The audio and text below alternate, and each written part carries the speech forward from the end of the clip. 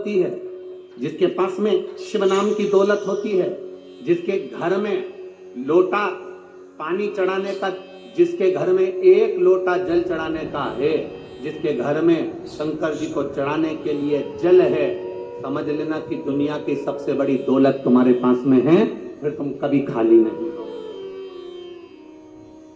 जिसके घर में तिजोरियां भरी हो, जिसके घर में अलमारियां भरी हो, जिसके घर में वस्त्र भरा हुआ हो, जिसके घर में अनाज भरा हुआ हो, और उसके घर का एक व्यक्ति भी अगर शंकर के मंदिर में जाकर एक लोटा पानी नहीं चढ़ा सकता, समझ लेना कि ये पूर्व का आज काट रहा है, पर जब दूसरी बार इसका जन्म होगा तो ये दरवाजे पर किसी के भिक्षा मांगता हुआ खड़ा है होगा, पर ये भगवत भजन में कहीं नहीं रमता। आप अगर आपके घर में एक तांबे का लोटा, एक साधारण सा पात्र है शिव को जल चढ़ाने के लिए, एक लोटा जल आपके पास में शंकर को जल चढ़ाने के लिए, जरा विचार करिएगा। लंकाधिपति रावण को जब विद्वत्ता के अनुसार लंकापति रावण को यह ज्ञात हुआ कि मेरे महादेव ने मंथन का विष पिया है, मंथन का विष पिया, शंकर जी ने विष पिया, चल गया। शंकर भगवान ने विष धारण किया, चल गया। पर शंकर भगवान ने विष पीने के पहले जब विष का कटोरा उनके पास में आया,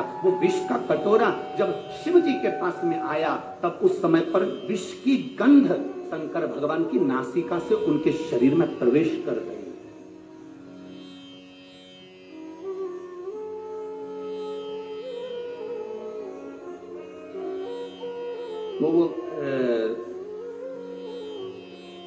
एक वो ऐसा विक्स का एक ऐसा वो होता है, उसको नाक में ऐसे डालो तो खींचते हैं सर्दी होने पर,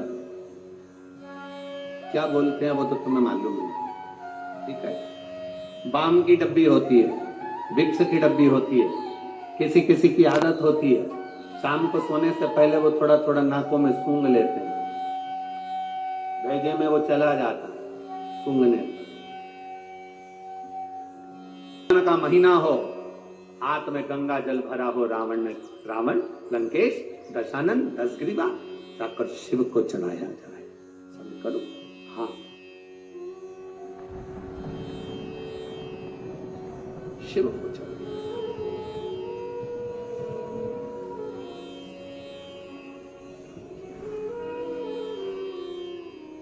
कावड़ का एक नियम रहा है, आप लोगों के स्मरण में होगा। जितने भारत के भूमि के इस विश्व के लोग, जितनी कथा कावड़ शिव महापुराण की कथा तिल्दा नेवरा में चल रही है, इसमें हम सुनेंगे कि कावड़ का नियम क्या होगा। कावड़ का जल किस जगह पर रख दिया जाए लाकर थोड़ा सा, कि जीवन में कभी संपदा की कमी ना हो जिंदगी। कावड़ का एक नियम होता है कि कावड़ को ये कंधे पर रखना है तो सिर के ऊपर से कभी नहीं लिया जाता। कावड़ से कावड़ को इस कंधे से इस कंधे पर लाना है तो सामने से लाया जाता है, पीछे से लाया जाता है, और सिर पर से बार कर उसको वापिस नहीं लाते, सिर पर से बार कर। कावड़ का एक नियम होता है, जिस नारी का, जिस व्यक्ति की संतान नहीं होती है, उसको कावड़ यात्रा करने से पहले अपनी गोदी में धान चावल को भरना पड़ता है। गोदी में उसको जब तक महादेव के दरवाजे तक नहीं चली जाती, जब तक उसकी गोदी में वो धान चलते चलते उसकी झोली में वो हिलता रहता है। कावड़ का जल उसके कंधे पर रहता है, और जब वो कावड़, जिसकी औलाद नहीं, संतान नहीं, जब वो कावड़ का जल महादेव को चढ़ाती है तो पहले जल समर्पित करने के बाद फिर चावल के दाने बाबा के उस शिवलिंग पर समर्पित करती है कि बाबा मेरी गोदी में तू यहाँ तक लेकर आया है, ये गोदी खाली मत छोड़ना, मेरी गोदी भर देना, भले 25 साल हो गए। कावड़ यात्रा का नियम समर्पित करती है कि बाबा मेरी गोदी में तू यहाँ तक लेकर आया है, ये गोदी खाली मत छोड़ना, मेरी गोदी भर देना, भले 25 साल हो गए।